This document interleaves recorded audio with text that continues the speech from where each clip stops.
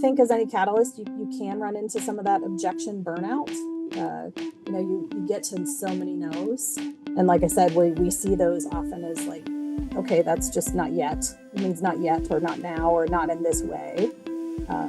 When it's a lot, it can also be a lot. And there's sometimes just a desire to be around, I don't mean yes people in the sense that it's people who are just going to agree with you, but the yes and folks who are like, yes, it is that thing. And if we could do that, then we can also do this.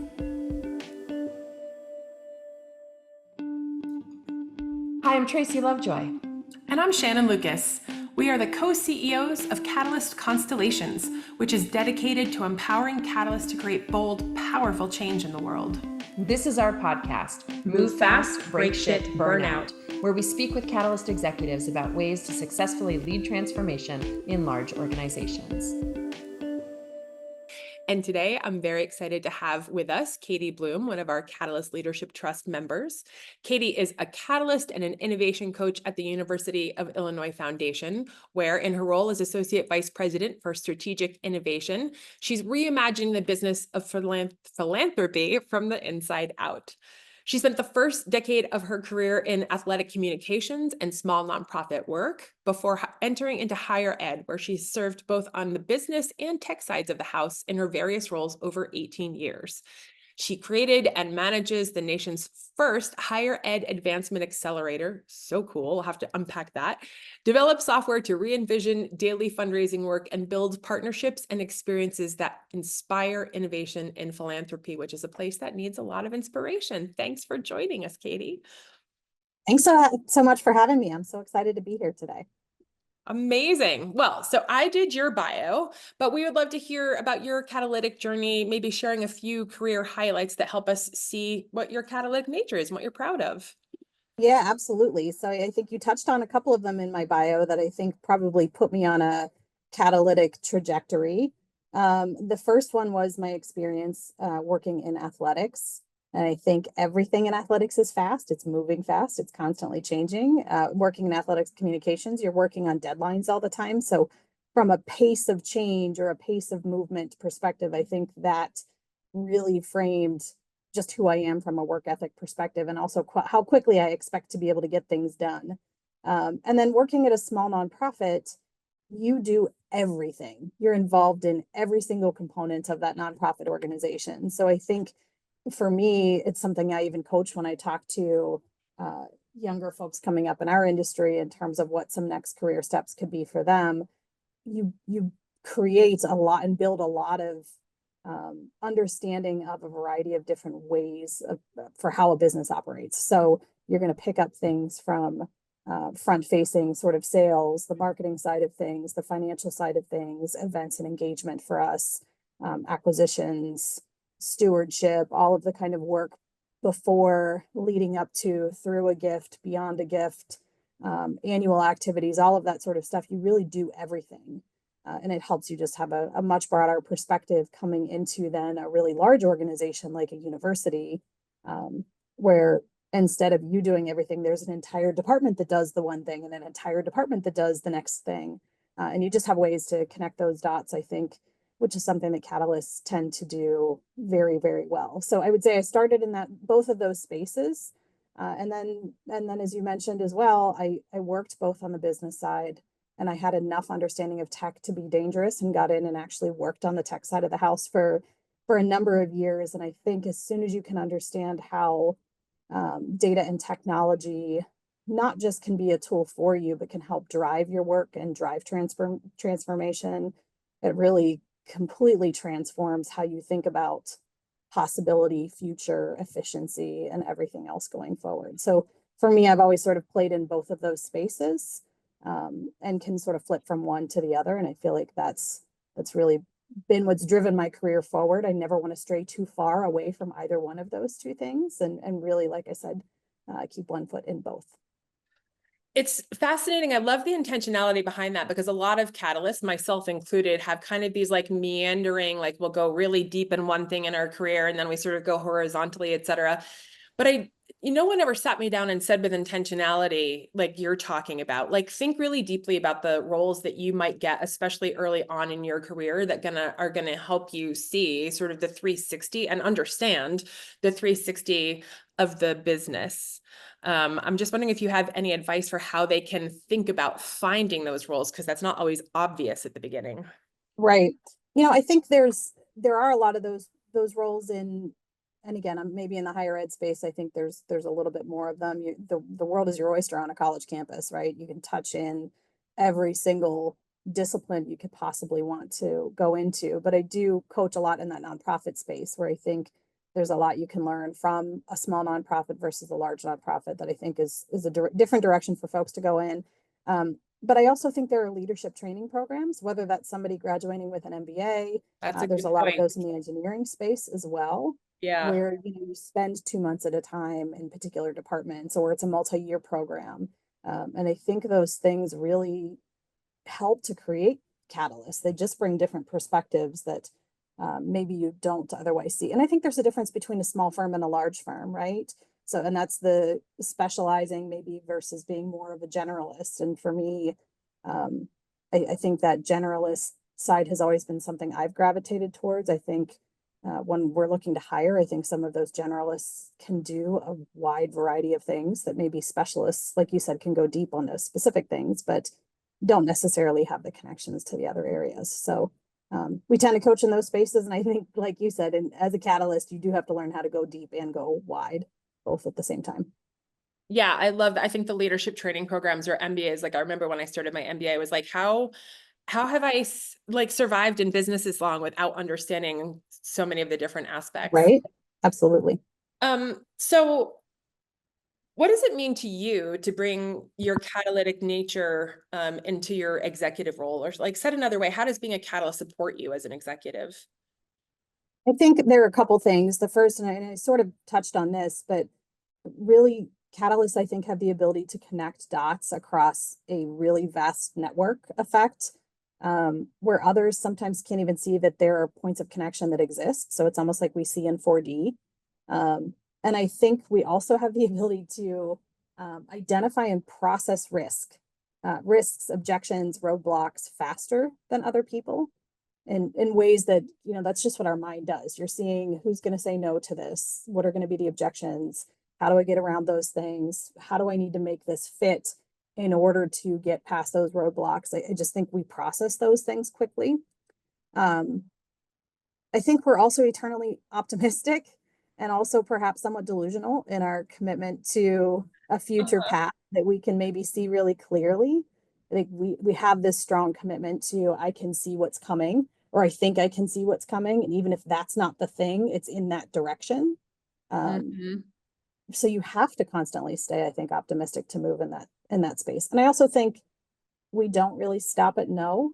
We are constantly a find another way sort of people. So Yeah. if this is a no, how can I get that to a yes? Or how can we sort of take a little bit of a different approach that would get to that yes? Or change the time or change the people or whatever that is. I think there's always a way to we see no as a constraint, not as a roadblock in some cases. I'd love for you to unpack a little bit that, the very fine line of optimistic and delusional. Like, how do you know when you're too far on one side? That's a great question. I think sometimes as catalysts, you feel like you're delusional because other people aren't around you thinking the same things in some cases. But some of that comes in reading, some of that comes in understanding what's happening in other industries, what's happening in the world, and really leaning into that. What is the reality that other people aren't seeing? And that's, to me, sort of the affirmation of the delusion, if that makes sense. Other people might look at us and think that we're delusional in that forward-looking space, but you can see the markers and you can see the milestones. You can see the trends that are happening in specific places. And I think there's part of that affirmation of, we just have to keep marching. We just have to keep moving in that direction. We might not get there super fast. We might not get there at the pace that a catalyst might like, but you can see that path opening up in front of you, and just knowing that that path is going to lead you to greater things. And like I said, I think it's affirming the delusion and through other means. What's happening in the world, what's happening in articles that you're reading, what are you seeing in trends, both in your industry and somewhere else. It's just affirming that, in fact, this is a real truth, even if others around you don't see it yet. I'm wondering if the Catalyst Leadership Trust or having a community of Catalyst peers like that can help you with that. It Um, 1000% does. Absolutely. yeah. I think you get in that group, whether it's the CLT or around other catalysts, and in many cases, there are times even that you think you're looking, 3 miles out and they're 6 miles out, or vice versa. You're a little bit further ahead than maybe where they are, and I think it helps to get you to kind of that yes and. It's this is happening and this other thing is happening next. So surrounding yourself with those catalysts is just affirmation that the directions we're heading and the things that we're seeing with the way the world is changing are applicable to any industry in some cases, Yeah. even one that feels so fundamentally different in the nonprofit space than maybe what a for-profit stockholder or stakeholder economy might look like. Yeah, it's so fascinating. Like having had peers along my way that could actually, to your point, like I might have been at the 3 mile and they might have been at the 6 mile, but also having people who can help you still like work back to execute your 3 mile vision, Absolutely. Yeah. Absolutely. So what are some of the biggest challenges that you've had as a Catalyst executive, especially, I mean, higher ed has a different reputation than large organizations. So I'd love to understand that particular flavor too. Yeah, I think catalysts have to be in some ways heavily influential. And for me personally, it's not in my nature to be incredibly visible. I don't want to be overly loud or center of attention in some ways. So I think for me as a catalyst executive, I've had to lean into that a little bit more, but also know when it's culturally accepted, I think, within your organization, and know when it's okay to be visible, when it's okay to be more visible maybe than the organization, and when it's not, and really understanding what that looks like from a visibility perspective, I think for me is just a challenge. It's a necessary challenge, but it's a challenge. I think as any catalyst, you can run into some of that objection burnout. You get to so many no's. And like I said, we see those often as like, okay, that's just not yet. It means not yet, or not now, or not in this way. When it's a lot, it can also be a lot. And there's sometimes just a desire to be around, I don't mean yes people in the sense that it's people who are just going to agree with you, but the yes and folks who are like, yes, it is that thing. And if we could do that, then we could also do this.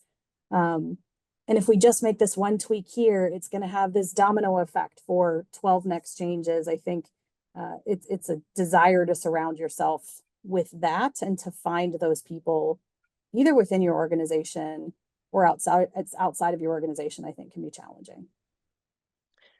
The first one is I mean, they're all fascinating and I want to unpack each of them. The first one is so interesting because we have to teach catalysts like in our classes sometimes to learn how to articulate their value, and then B, actually do it. Because we're often so in service of creating the change, we're not doing it for recognition or accolades. Right. And we also know that bringing some people along and highlighting them in the work helps grease the wheels and make it more impactful. So I'm wondering how you've leaned into doing what feels uncomfortable for a lot of catalysts, and how you know when to do that culturally appropriate flexing or not. Right. I think in some cases, the way we built some of our programs, we've done it in a way where I let the innovators lead, and I let the innovators be the star. They are the star. They're the ones that have the ideas. They're moving in that direction. So the way I'm using my voice then is in coaching and helping them see what their value is. For me, I know my value has been around creating a bunch of little catalysts kind of all around and seeing what they're doing with their next big ideas. So to me, it's letting them be the stars and the leaders of what they need to be, and being the ear and the shoulder when they're running into those objections, and helping them navigate through that particular thing. So that sort of pushes them into visibility in ways that I'm still coaching through it, but not necessarily, I'm not the one creating all the innovations. I don't want to be the star of the show in that particular scenario. So I think there's I think there's that side of it in terms of leaning into it. And then from a cultural perspective, I mean, I think most people generally know what's going to be, or I would hope most people generally know, like in this meeting, this is not the appropriate time to bring this thing up. In these other venues, perhaps it is. And I think we do a lot of coaching and inspiration outside of the traditional day-to-day operations of the business.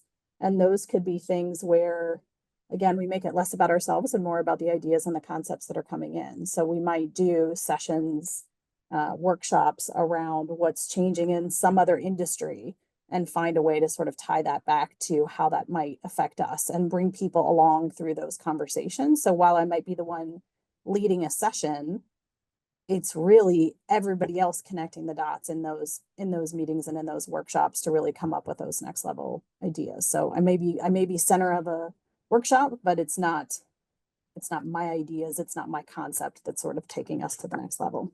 Okay, you just beautifully illustrated my point, but I'm going to push you a little bit more because I was like, the question behind it is like, you said, we need to be influential and visible. Like that's a challenge for us as Yep. catalysts.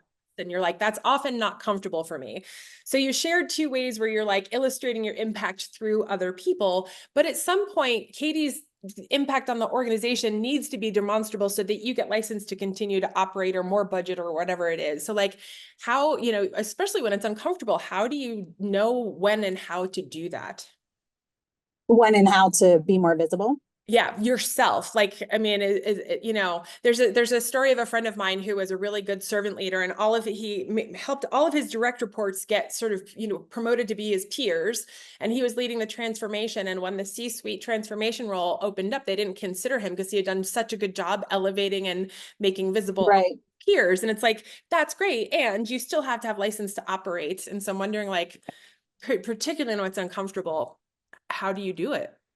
Yeah, I think there are certain cases where I do feel comfortable doing it, and I think it's necessary to do so. And some of those are in maybe a little bit more upwards, painting what the connections are from others' concepts into reality and how this is going to drive bottom line or how this is going to drive efficiency, whatever that looks like. So I think there are scenarios where it's necessary because I have the ability to connect some dots in some ways that maybe others haven't. So it's, I'll do it when it is necessary to do so, I guess I would say. Or I think oftentimes there are cases where that next vision and what's coming needs to be seen in a way that's a reality check. We talk about that pretty regularly with our team. Some of what you have to do is provide a reality check for what's coming. And I think those are cases where we do talk about this is what's changing. This is what has already changed. This is where we're behind. This is where we're already ahead. And really finding those moments to celebrate successes that we've had. I think even finding ways to celebrate the failures that we've had is another way that we have been pretty visible in terms of talking about what we've learned from those and how we've been able to pivot from those particular things, and really showing return in some cases. So some where there are failures where it didn't necessarily generate exactly what we wanted as an outcome. There's never been a scenario where we haven't come up with a million learnings from those particular things. And those are things that I'm very happy to be, loud and proud about. This is how this is changing our culture. This is how it's changing how we operate. These are the things that have fundamentally shifted the business of our day-to-day work because of a failure or because of a success.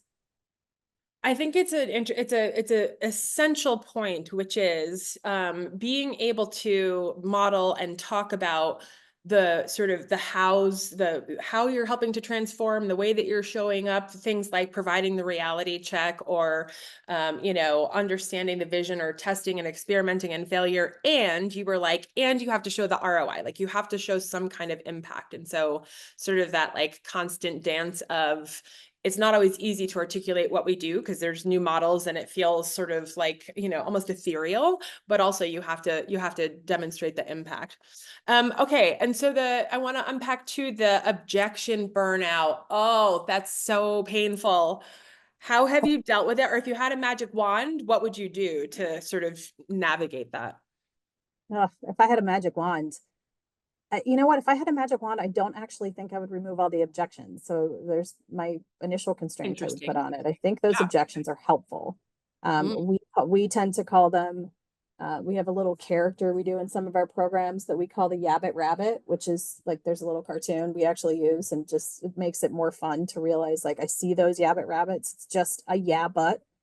Um, and I think we can try to work through those. So a couple of things in terms of overcoming those objections or dealing with the objection burnout. I think you're always going to have scenarios where people don't want to change. It's a given in life. It's a given in business. You're just going to have those. And generally they aren't, in my experience, fully blockers. There's just enough groundswell. I think you can get through grassroots efforts. I think, you get to, there's enough inertia, enough requests coming in that those things start to boil up over the objections anyhow. It just happens over time. It just might take longer than you expect. And I do think some of it is surrounding yourself with people who can be an ear in those cases. People who understand what the vision is and can help walk through with you. What if you tried this? What if you tried this? And again, those could be in your organization. They could be catalysts outside the organization. And in some cases, I think you're just going to get to, this is a terrible phrase, but I think in some cases, you're just going to have haters going to hate. You're just going to have some people who just don't want it. And you just have to decide at some point that that might no longer be worth my effort. And instead, I'm going to take it a different direction. So you have to know, when to hold them and when to fold them, so to speak. Spot on. And I've been guilty. I mean, guilty. I've been on both ends, but it's like, how do you know how to actually clarify the appetite for change? And what I mean by that is, of course, you're going to get the no's. Like, people are going to resist change. We have a normal distribution of people's relationship to change, but like, how many no's are too many no's? How do you know when to shelve the idea? How do you know when to keep pushing? It's a great question. I think over the period of years, you start to realize that no's, as I said, are not necessarily permanent no's. They, in fact, almost never have been permanent no's in my experience.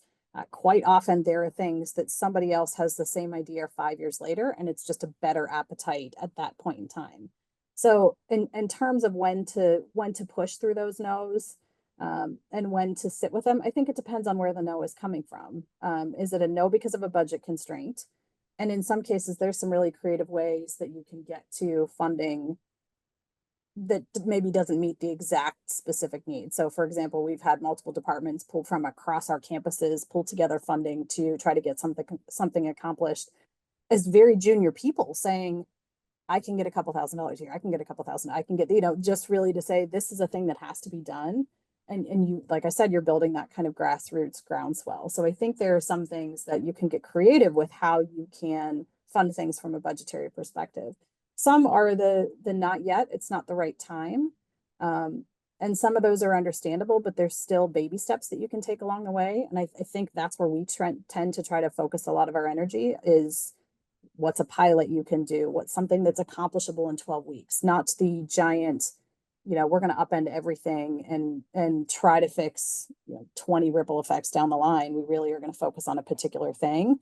So I think refining that scope, there's a yes somewhere in the refined scope, almost always. And there are people who want to see that yes in every single idea.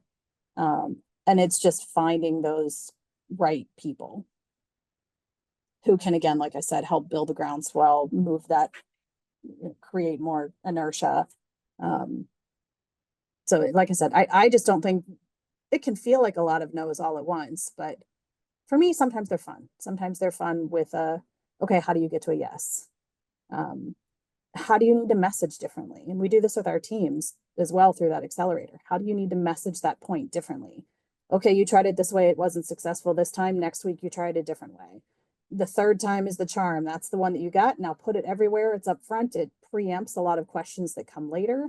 How do they see it? How does somebody else see themselves in this change in a really positive way? So I think for us, it's in pitching. constantly tell your story, constantly pitch, reframe what you're trying to accomplish over and over and over again until you get to the right message. And that message has to change depending on your audience. So our Totally. C-suite is going to have very different things that they expect to see from an idea versus our tech team and what their interests are or what they want to see out of it versus somebody on our front lines versus somebody who sits more in a services back office type role. And as a catalyst, you need to understand that they all have different views on what those look like, and you need to address them all in some clear way. There's so much to unpack there. What's loud for me, and I don't know that I've ever had this specific conversation, is as catalysts, especially if we're sort of not self-aware and we're in our default mode, we can have this vision, and as we're getting feedback, we can iterate on the vision itself a lot to try and accommodate things. But what I heard you say, which I think is really insightful, is not that you're not taking feedback from the system on the idea, but what you are asking or encouraging or coaching your people to do is to iterate sort of the how or the story, or so it's like you're not lost in a swirl of ideation there. You're just troubleshooting, like, how do I get this idea and articulate it in a way that maximum stakeholders can hear it? Is that fair? Yes. Yep. And they do that constantly. They do it over the course of our teams do it over the course of a 12-week period. I do it if I'm launching new ideas. It is all about that story to me in some way. And then sometimes, like you said, the vision does change. You're not going to know all the questions you should be asking until you get into the middle of it. And by the time you're at the end, you're still not going to know all the questions you should have asked. But I think there's that, how do you describe the vision? When you get some of that feedback, it might tweak your vision, but most often you realize the literal words that I used to describe that thing really made that person mad. And I need to change the way I frame that thing. Right. To be teed up in a very different way that has them nodding their head instead of, scribbling frantically on a piece of paper about why they're mad about something. Follow-up question to that, because this is, for me, this has always been the hardest part of the journey. I can handle when people come with objectives that objections that I can understand. And I can handle when they're like, 75% of the way and I have to get them there. There's that weird sort of like silent middle people that it's like, you don't know where they stand. Like, how do you coach, or how do you handle navigating through the people who are just like sitting in the meeting, nodding their head, but not really leaning in or out? Right. In my world, at least, silence is never a good sign, ever, ever, ever. So when there is that silence, I know there's something behind it. And just because they're silent in that meeting doesn't mean that they're going to be silent in their next meeting or with the next person that they're talking to about that particular idea. So for me, those are people you actually specifically need to go to and say, let's talk about what your concerns are. I didn't hear much from you in that meeting. What are you thinking? Some of that's building cultural trust over time, building the right relationships where people can trust you to say, that person who's coming up with the idea, I don't trust to do the idea. It might be that this isn't possible because of X, Y, and Z, or I fear that that's going to take away a portion of my work, or whatever those are. You have to build the right relationships to be able to have those conversations. But silence to me is a door, not an open door, not an agreement or a closed door. I think those are exactly the right people you need to go to. And I think similarly, even the people who are nodding their heads ferociously and they're very much behind it, you need to understand why they're behind it and what that thing is that's making them excited about it, and bring them along as champions.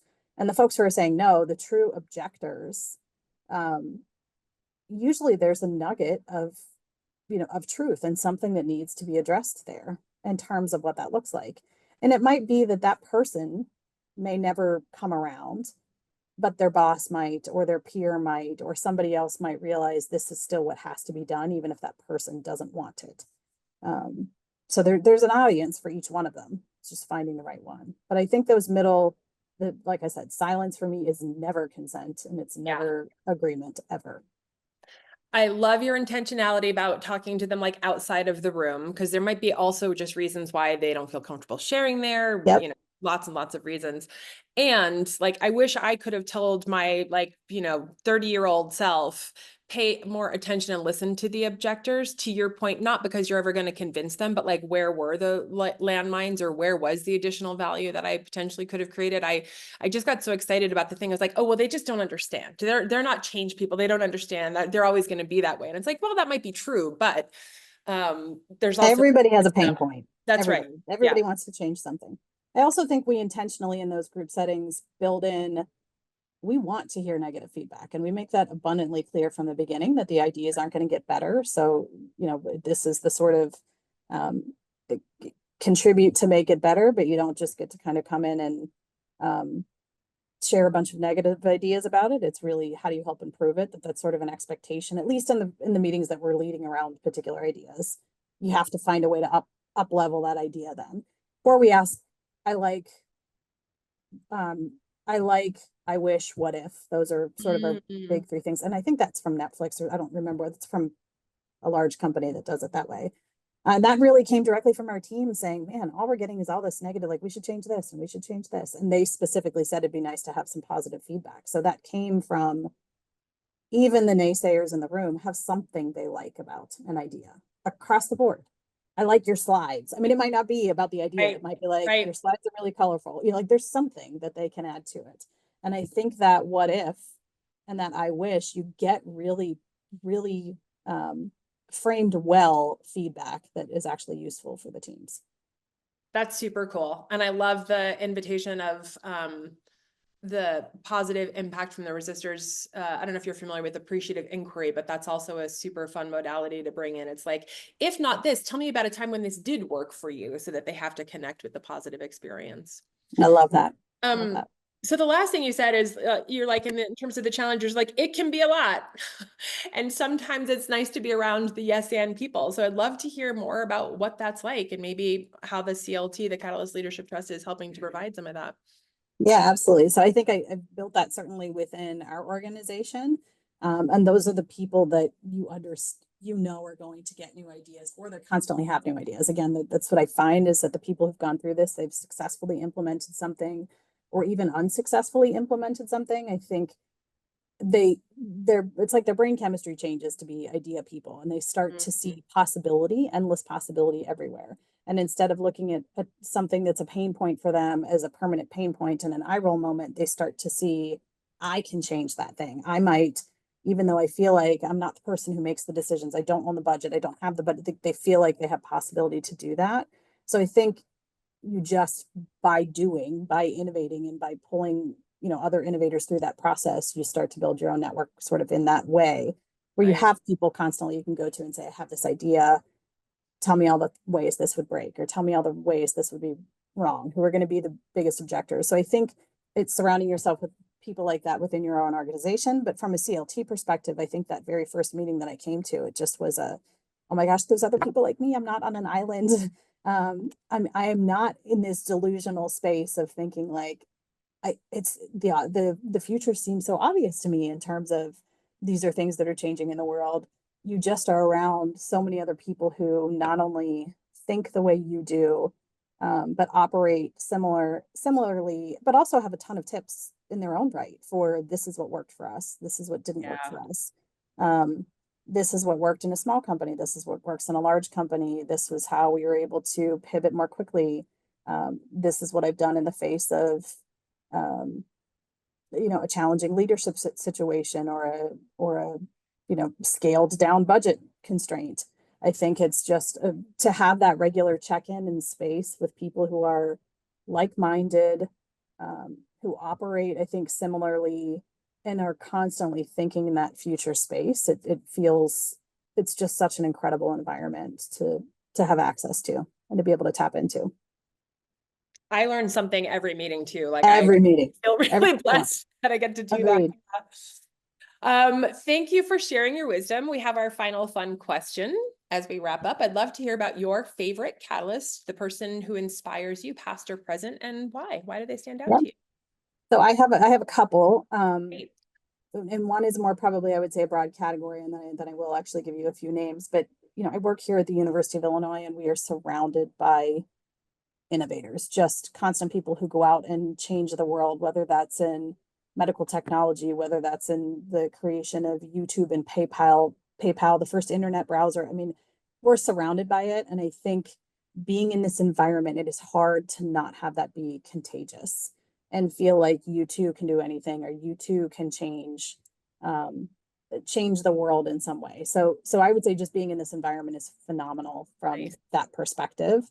And it probably has fundamentally changed who I am and how I operate because of that. But I would say, going back a little bit further to my athletics days, my early athletic communication days, I worked for, and I'm sure there were more than that, but there were four that I always heard of. There were four women, Sue Edson from Syracuse, Mary Jo Haverback, who was at Penn State when I was there, Tam Flair up at Wisconsin, and Rosa Gaddy at ESPN. And those were women who were the groundbreakers in that field. There weren't women in that field at that point in time. And I worked for three of the four of them.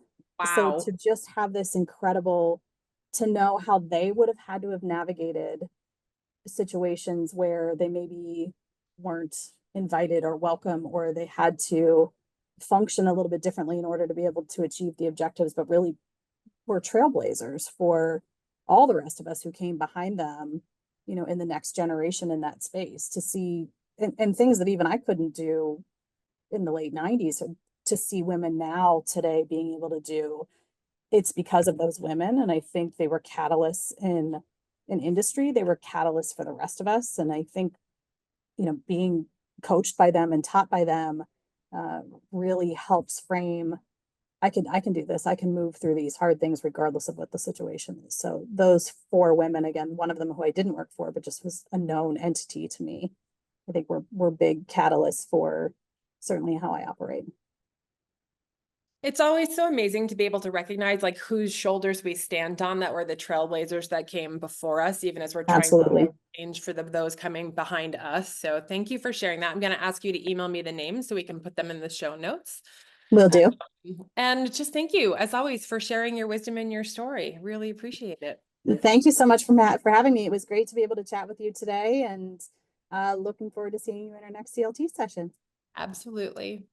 And to our listeners, thank you so much for listening. If you'd like to learn more about how to create bold, powerful change in the world, of course, be sure to check out our book, Move Fast, Break Shit, Burn Out, or go to our website at catalystconstellations.com. If you enjoyed this episode as much as I did, please take 10 seconds to rate it on iTunes, Spotify, Stitcher, or wherever you listen to your podcasts. And of course, if you have catalysts in your life, be sure to hit the share button and send a link their way. Thanks again.